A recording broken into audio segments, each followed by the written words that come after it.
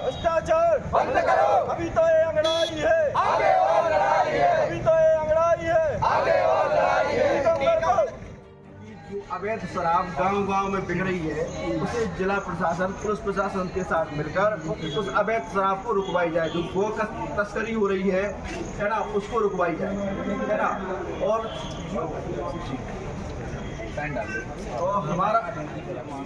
आज हमारा जो ज्ञापन है यहाँ कलेक्टर महोदय के समक्ष प्रस्तुत किया गया है, उसमें मांगे हैं जो टीकमगढ़ जिले में जितनी भी अनलीगल एक्टिविटीज़ हो रही हैं, शराबबंदी हो चाहे वो कोई भी नशा हो, नशे के खिलाफ हम लोगों ने एक अभियान छेड़ा है और ये दरगाह में हम लोगों ने स्टार्टअप कर दिया था।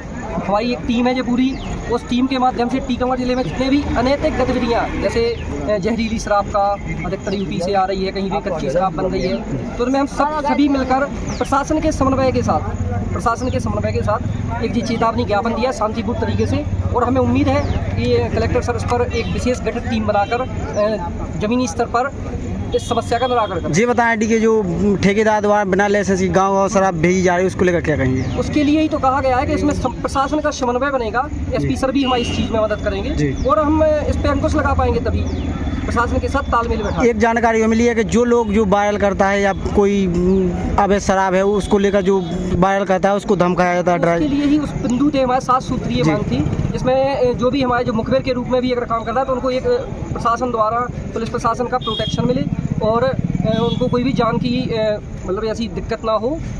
अगर जैसे नहीं है इनके द्वारा, प्रशासन के द्वारा कोई कार्रवाई नहीं की जाती तो आपका अगला कदम क्या? तो मैं आपको बता दूं कि ये जो ज्ञापन सौंपा गया है, ये सभी जिले के समस्त युवा समाज जो है, जो अलग हैं सर्व समाज के, उन द्वारा दिया गया है ये ज्ञापन। और हम आंदोलन करने की बात नहीं करते, हम लोग जागरूकता फैला के इस गाँव-गाँव जाकर इस मुहिम का हिस्सा बनाएंगे हर एक उस व्यक्ति को जो नशे के खिलाफ है और खासतौर से युवा पीढ़ी। तो आज टीकमगढ़ कलेक्टर में ज्ञापन सौंपा है, किस संबंध में ज्ञापन सौंपा है, कितनी सूत्रीय? आज हमारी सर्व समाज ने आज जो अवैध शराब जो गांव-गांव में पहुंचाई जा रही है जी, ठेका तो ठीक है, लेकिन गांव-गांव में जो उनके एजेंट है वो बराबर शराब पहुंचाने में लोग कमी नहीं, दिन रात लगे हुए हैं। हर गांव में मिनिमम ऐसा कोई गांव नहीं जहां पे शराब नहीं पहुंच रही है और ये प्रशासन के आँख के नीचे और कान के नीचे पहुँच रही है, लेकिन अनजान बने रहते हैं। अगर कोई पकड़ भी ले तो उनको प्रशासन भी डराता है और कुछ पुलिस वाले जो उन लोगों से ठेकेदारों से मिले हुए हैं वो भी डराते हैं जी। तो आज कलेक्टर महोदय से निवेदन किया है कि ये चेतावनी समझे और चेतावनी को सिर्फ चेतावनी ना समझे, हम सब समाज अगर जल्द से जल्द इन जो अवैध गतिविधियाँ चल रही हैं इन पर अगर संज्ञान नहीं लिया तो ये कलेक्ट्रेट और ऐसे जो प्रशासन है, जो आबकारी विभाग है, इसका घेराव करेंगे और ताला डालने का काम करेंगे। और कलेक्टर महोदय इसको जल्द से जल्द संज्ञान लें और हमारी जो सर्व समाज है, आज सभी ने चेतावनी के रूप में ज्ञापन दिया है। आज गांव की स्थिति इतनी बुरी हो गई है, किसी भी गांव में आप चले जाओ तो ऐसा कोई 90% परिवार ऐसे हैं जो शराब से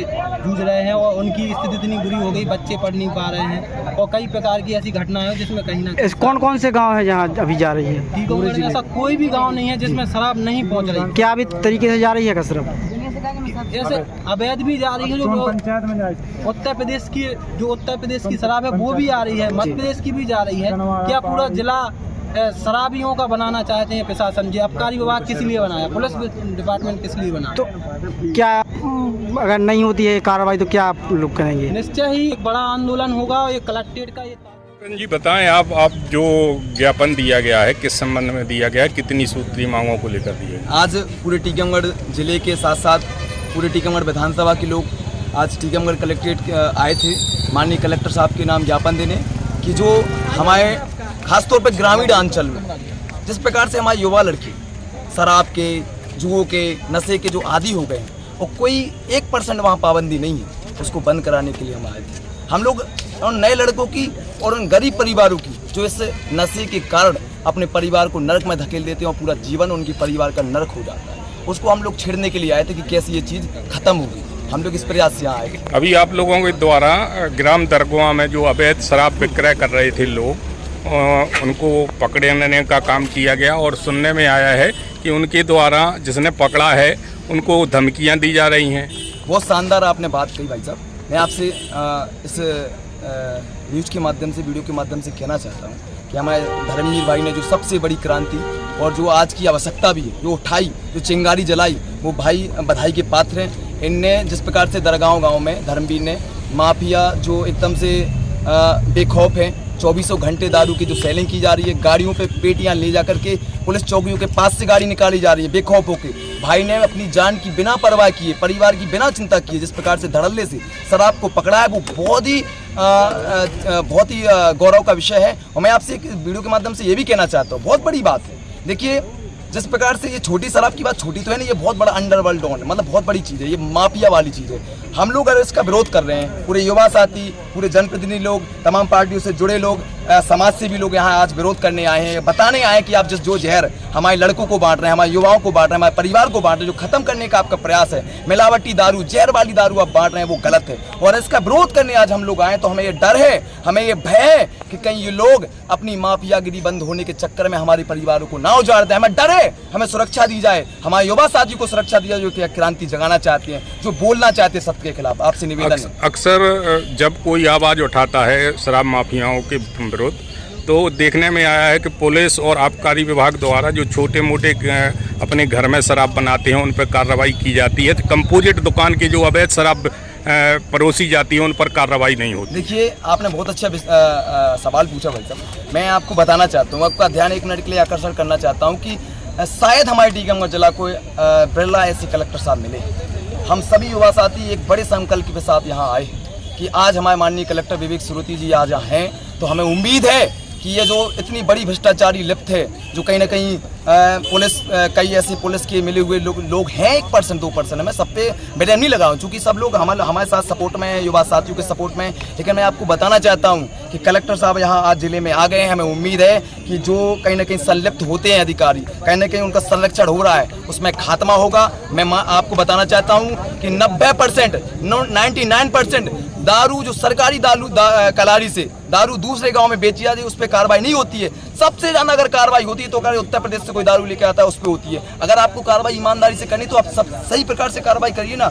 आप सरकारी कलाई के लोगों पर भी कार्रवाई करिए और बाहर से जो सेलिंग करता है उस पर भी कार्रवाई करिए। आप उन लोगों को गाँव में रोकते हैं जो वास्तविकता है बाहर से शराब लेकर के आते हैं, लेकिन आप उन ठेकेदारों को नहीं रोकते हैं जिनकी ठेकेदारी चल रही है, जो गांव में कलारी के साथ साथ दूसरी बगल में भी कलारी खुलवाए हैं। उन पर अगर कार्रवाई नहीं होगी तो आपका नेक्स्ट कदम क्या होगा? देखिए छोटी सी और एक सिंपल सी चर्चा जो हमारे युवा साथियों ने की, संजू भाई ने की और बहन जी ने की, और भाई हमारे डीके दुबे ने भी बताया कि हल्का सा स्टेप है कि हम लोग ये मुहिम छेड़ने आए हैं। आज हमारे लड़कों की, हमारे भाइयों की, हम सभी की ये लड़ाई नहीं है, कहीं ना कहीं पूरे टीकमगढ़ जिले के हर परिवार की लड़ाई है। हम सभी से गांव-गांव जा करके ये निवेदन करेंगे, राजनीति से परे होके समाज सेवा के लिए निवेदन करेंगे कि अगर आपने इस जहर को बांटना बंद नहीं किया तो हम लोग बहुत बड़े स्तर पे सरकार को बताएंगे। अगर कुर्सी भी हिलानी पड़ी तो वहाँ तक हम शांत नहीं बैठेंगे, कुर्सी भी हिला करके मानेंगे। भोपाल तक हमारा धरना शराब इस पर जो भी उचित कार्रवाई हो। सर जैसे जो लोग बनाते हैं उन पर तो कार्रवाई की जाती है, लेकिन जो दुकान संचालक हैं, शराब दुकान संचालक, उनके द्वारा गांव-गांव में अब शराब परोसाई जाती है बिना लाइसेंस की सर, जो भी उचित कार्रवाई हो प्रशासन